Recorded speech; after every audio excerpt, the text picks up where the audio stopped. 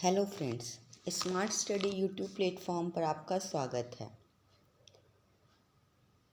अभी के टॉपिक्स में हम नेटवर्क रिडक्शन टेक्निक सीख रहे थे कि कैसे नेटवर्क को रिड्यूस करके और किसी भी एलिमेंट से करंट या फिर वोल्टेज निकालेंगे। इससे रिलेटेड थेवेनिन्स थ्योरम कल हम डिस्कस कर चुके हैं। आज हम बात करेंगे नॉर्टन्स थ्योरम के बारे में। तो किसी भी इलेक्ट्रिकल नेटवर्क को एक करंट सोर्स IN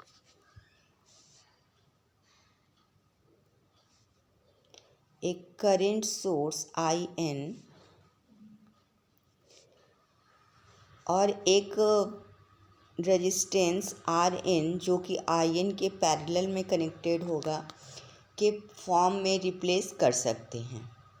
यहाँ IN को हम नॉर्टन्स करंट बोलेंगे और RN को नॉर्टन्स रेजिस्टेंस बोलेंगे।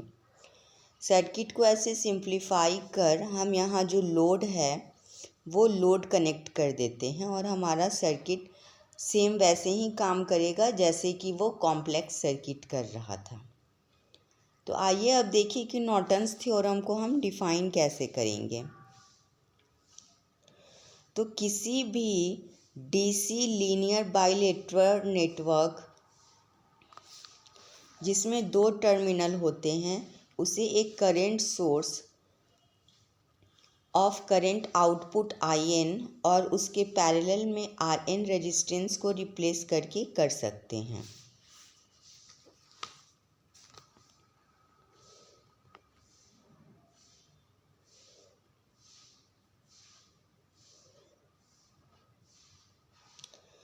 IN जो है वो करंट सोर्स कैसे निकलेगा।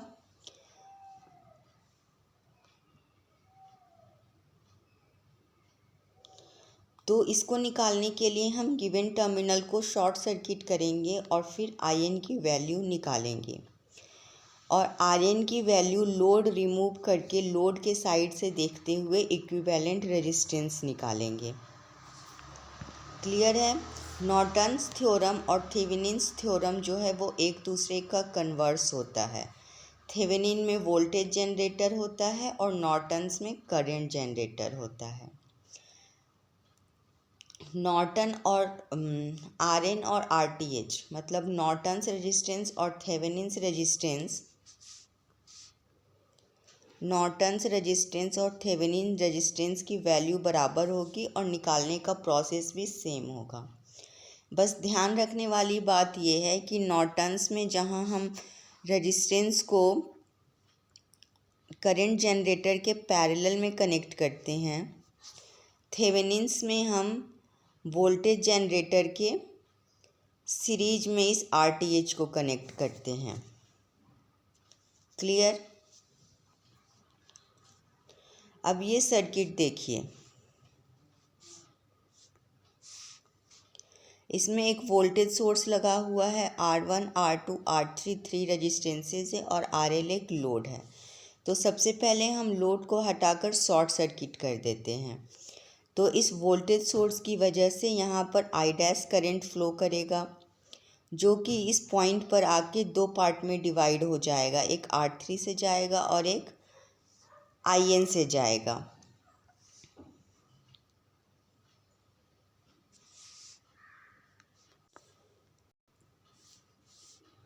ठीक है। तो अब सोर्स करंट ये हो गया I', तो I' इक्वल टू क्या हो जाएगा V R'। अब ये R' की वैल्यू कहाँ से आएगी।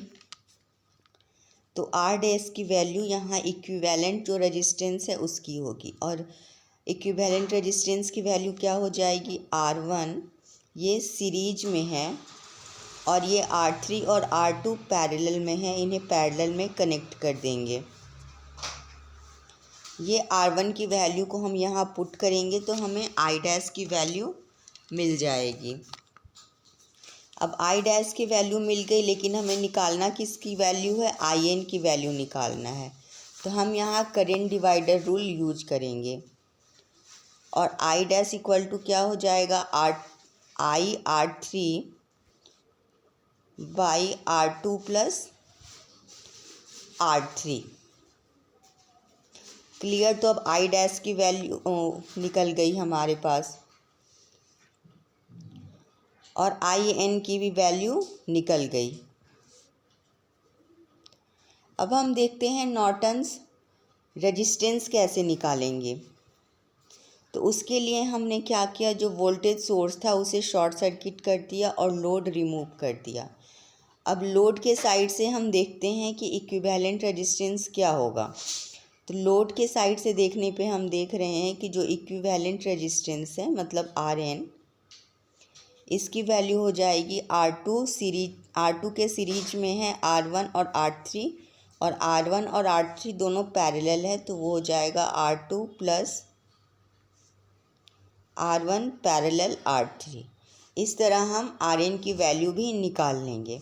अब IN की वैल्यू मालूम है और RN की वैल्यू मालूम है।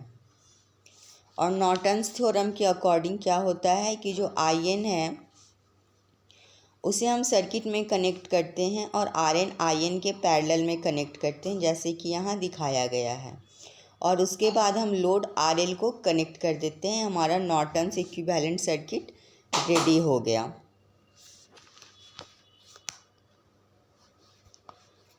अब बात करते हैं कि नॉर्टन सर्किट फाइंड करने के लिए क्या क्या स्टेप्स होते हैं। तो जैसा कि अभी एग्जाम्पल में मैंने आपको बताया था, सेम प्रोसेस फॉलो करते हैं। सबसे पहले हम दोनों टर्मिनल को ओपन कर देते हैं और नॉर्टन्स इक्विवेलेंट जिसके अक्रॉस निकालना है उन दो टर्मिनल को हम ओपन कर देते हैं। अब उस टर्मिनल को शॉर्ट करके short circuit current find out करते हैं, जिसे हम नॉर्टन्स करंट या IN बोलेंगे। उसके बाद लोड हटाकर और सोर्स को शॉर्ट सर्किट करके हम IN की वैल्यू निकाल लेंगे। अब IN मिल गई, RN मिल गया। अब दोनों को पैरेलली कनेक्ट करके नॉर्टन्स इक्विवेलेंट सर्किट मिल जाएगा। और लोड रेजिस्टेंस जिसे हमने रिमूव किया था उसे टर्मिनल के अक्रॉस कनेक्ट कर देंगे। क्लियर। जैसा कि मैंने आपको पहले बताया था कि नॉर्टन्स थ्योरम और थेवेनिन्स थ्योरम दोनों एक दूसरे का कन्वर्स होता है, इसलिए हम थेवेनिन्स इक्विवेलेंट सर्किट को नॉर्टन्स इक्विवेलेंट सर्किट में भी कन्वर्ट कर सकते हैं और नॉर्टन्स इक्विवेलेंट सर्किट को थेवेनिन्स में भी कर सकते हैं। तो आइए देखिए ये प्रोसेस कैसे होता है। तो थेवेनिन्स इक्विवेलेंट सर्किट कुछ इस तरह था। वोल्टेज सोर्स था और यहाँ पर RTH लगा हुआ था और यहाँ लोड, ठीक है।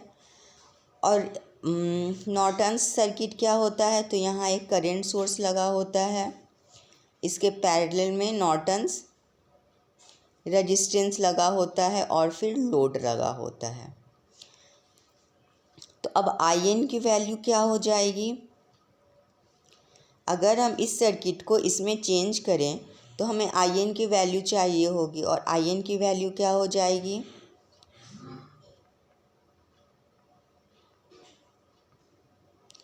IN की वैल्यू हो जाएगी VTH बाई RTH। मतलब ओम्स लॉ हमने लगा दिया और ये वोल्टेज जो है करंट सोर्स में चेंज हो गया। और ये जो RTH है उसकी वैल्यू और RN की वैल्यू, दोनों की वैल्यू सेम होगी। अब ऐसा सर्किट बना के IN की जगह पर हम ये जो वैल्यू आया है वो पुट कर देंगे और RN की जगह पर RTH की वैल्यू पुट कर देंगे। ये हो गया नॉर्टन थेवेनिन से नॉर्टन्स में चेंज करना। और अगर हमें नॉर्टन सर्किट से थेवेनिन सर्किट में चेंज करना है तब क्या होगा, तो सबसे पहले हम नॉर्टन सर्किट ड्रॉ करेंगे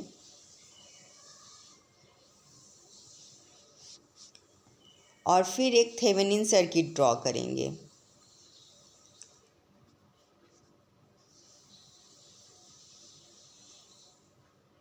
ठीक है।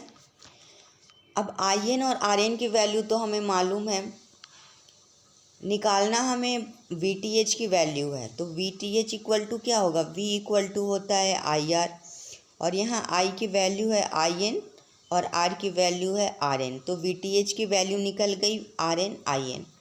और जैसा कि पहले भी डिस्कस कर चुके हैं, आई आर एन और आर टी एच की वैल्यू सेम होगी, तो यहाँ हमने इजली नॉर्टन से थेवेनिन सर्किट में चेंज कर दिया और थेवेनिन सर्किट से नॉर्टन सर्किट में चेंज कर दिया।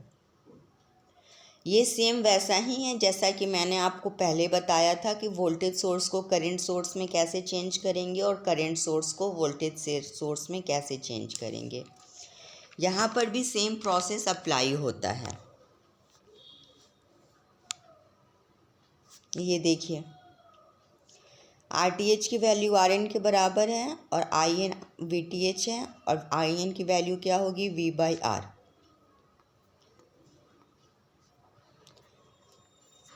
तो ये हो गया नॉर्टन्स थ्योरम, जो कि थेवेनिन्स के जैसा ही है। अगर आपने थेवेनिन सर्किट निकाल लिया तो आपको उस सर्किट का नॉर्टन्स निकालने का ज़रूरत नहीं है, आप उसी सर्किट को, रिड्यूस्ड सर्किट को नॉर्टन सर्किट में चेंज कर सकते हैं।